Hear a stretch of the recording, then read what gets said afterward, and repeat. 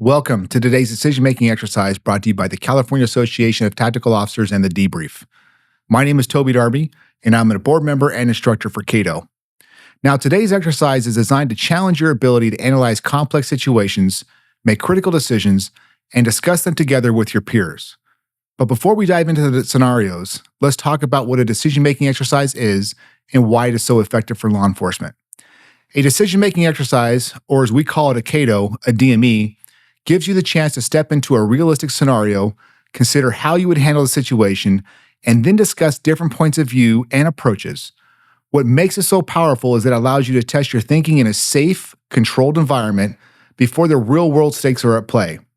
It's a learning experience where you can see how your decisions might unfold in an actual incident, challenge each other's thinking, and come to an agreement on the resolution your team would take following your local law and policy guidelines. Before beginning today's exercise, please select one person to act as the facilitator for the exercise.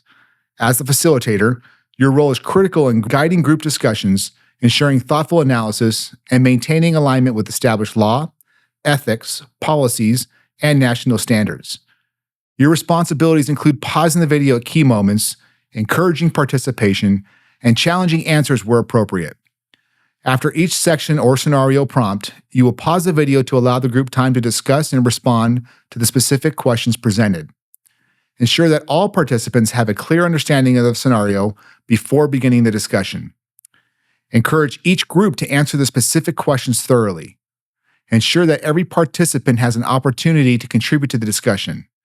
And if needed, prompt quieter members to share their thoughts to foster a diverse perspective. Listen carefully to the group's responses and challenge answers that may cause disagreement or do not align with legal, ethical, or policy standards. Use your knowledge of law enforcement policies, best practices, and national standards to steer the group back if their answers conflict with what is being trained or applied across the country. When disagreements arise, encourage the group to explore the reasons behind each stance. Push the group to justify their decisions, asking them to consider potential consequences, risk, and the balance between tactical action and safety. If any supporting documents, reference materials, or handouts are provided, distribute them at the appropriate times. Ensure participants review and incorporate this information into their decision-making process. Remind the group that the exercise is designed to stimulate real-world decision-making. The objective is not just to get the answer right, but to understand the thought process behind each decision. In the words of Simon Sinek, understand the why. In today's session, you'll be divided into small groups of 3 to 4 people per table. We will present you with several questions pertaining to today's incident. After each question is asked, I want you to pause the video, break into your groups, and discuss the problem. Talk through your solutions, frame how you see the issue, and consider what the dilemmas are that make it a challenge. Use this opportunity to share perspectives and think critically about the factors at play. Each breakout session will be about 5 to 10 minutes. Each small group should determine their answers to the questions asked.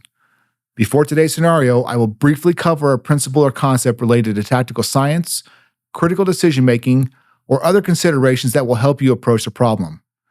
That said, make sure to include these concepts in your solutions and discussions. By the end, you will not only have an understanding of your own decision-making process, but also how to incorporate these concepts into real-life incidents. Finally, make sure that each time you return from your breakout sessions, you use a different person to brief back what your table discussed.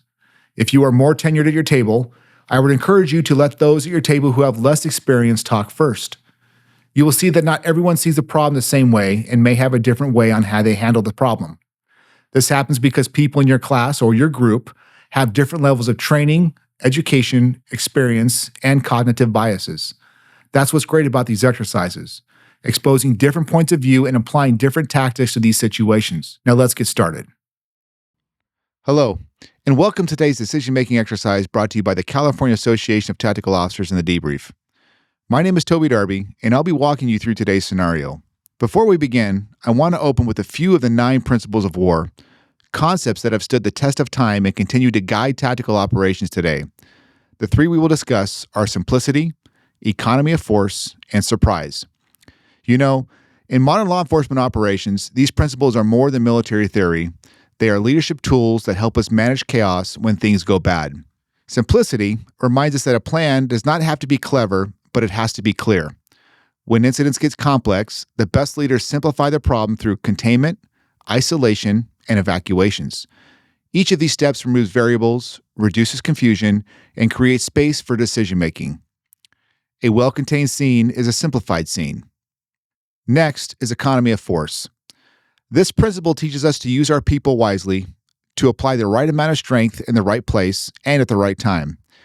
When establishing containment and isolation, this means committing enough resources to secure the threat, but not so many that we can actually overextend, lose accountability, or deplete reserves for the next phase if we were to go on over a longer period of time. Sometimes that means holding back elements to handle evacuations or unexpected threats instead of flooding one sector with everyone available. And then there's surprise. We often think of it as something we can use to our advantage, but it can be easily used against us as well when containment fails, when a perimeter is breached, or when a civilian re-enters a hot zone unexpectedly. So, as we move through today's scenario, keep these principles in mind. Use simplicity to frame the problem and keep complexities out of the situation. Use economy of force to manage your resources and guard against the wrong kind of surprise by maintaining a disciplined containment and clear communication. Now let's get started with today's exercise.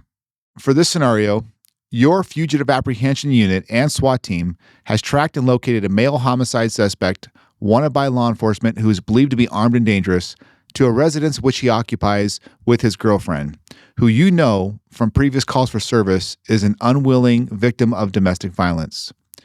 You initiate a surrounded call-out, at which time the girlfriend complies with your commands and exits the residence. The male suspect, however, refuses to exit the residence. As your team works to de-escalate the situation, the suspect suddenly opens fire with a gun from an unknown concealed location inside the home. Rounds strike near entry points, forcing the team to reposition and seek cover. Additional tactical elements are requested from neighboring jurisdictions, and multiple teams arrive to assist. With the female now outside the house and the suspect by himself inside the house, you start treating it as a barricaded suspect situation. This is where the exercise begins. For the first dilemma, here are your set of questions. You were assigned as a tactical supervisor or assistant team leader for this scenario. As you know, shots have already been fired, but no one has been hit. A mutual aid request has gone out, and multiple SWAT elements from different agencies are en route. Here are your first set of questions. How are you framing the problem right now? Is this a barricaded suspect with the potential for further violence? Or does the gunfire elevate it to a barricade with an active shooter element type situation? How are you ensuring a solid inner and outer perimeter before additional teams arrive? What steps are you taking to prevent a loss of containment, knowing that terrain, lighting, and cross-agency communication are already complicating the picture? Finally, how do you keep your command and control simple and your resources focused, rather than scattering operators and losing communication? Now is the time to pause the video and discuss these questions with your group. The questions will be displayed on the screen during your breakout session.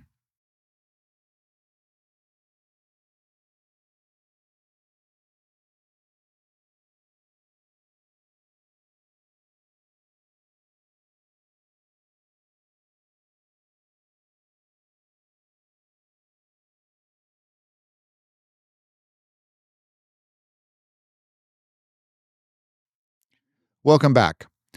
During your discussion, you probably realize how quickly complexity can build, especially when multiple agencies converge on one scene. Now let's move forward to the timeline and address the second dilemma. You are now hours into the barricade. The suspect remains armed and agitated, firing at officers on the perimeter who are positioned around the property in armored vehicles. The suspect makes his way to a vehicle in the garage, carrying his firearm and a gas mask, and attempts to flee. A barricade to the front of the property, which most teams would call Side 1, contains the vehicle by blocking it in with armor.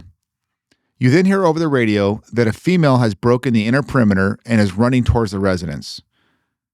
You now have a situation where if she makes it inside the residence, it will no longer be a solo barricade, but a barricade with a female who seems to know the suspect, possibly the same female who left earlier and is possibly going to be the girlfriend related to this individual. So here are your questions for this next breakout session. Would you be willing to use force on that female to prevent her from entering the location?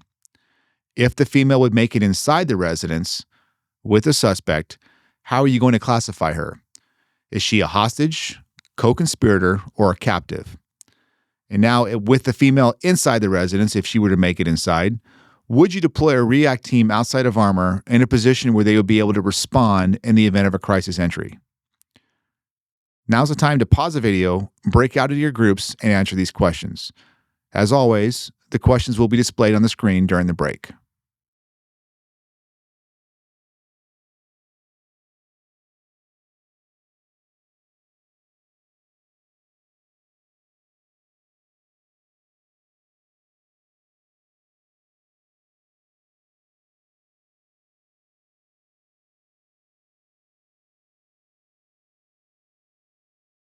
Welcome back. Let's now move on to the third and final dilemma. Moments later, a struggle can be heard from within.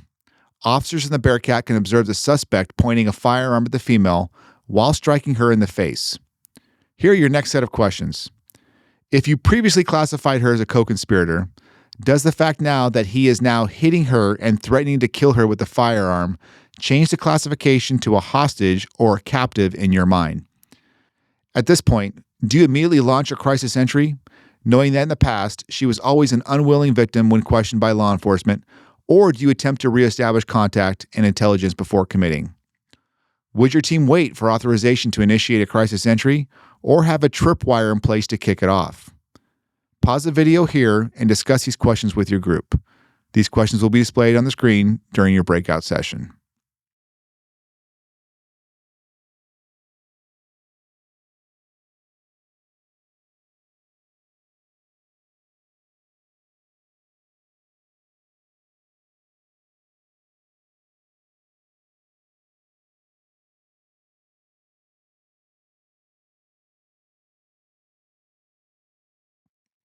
Welcome back.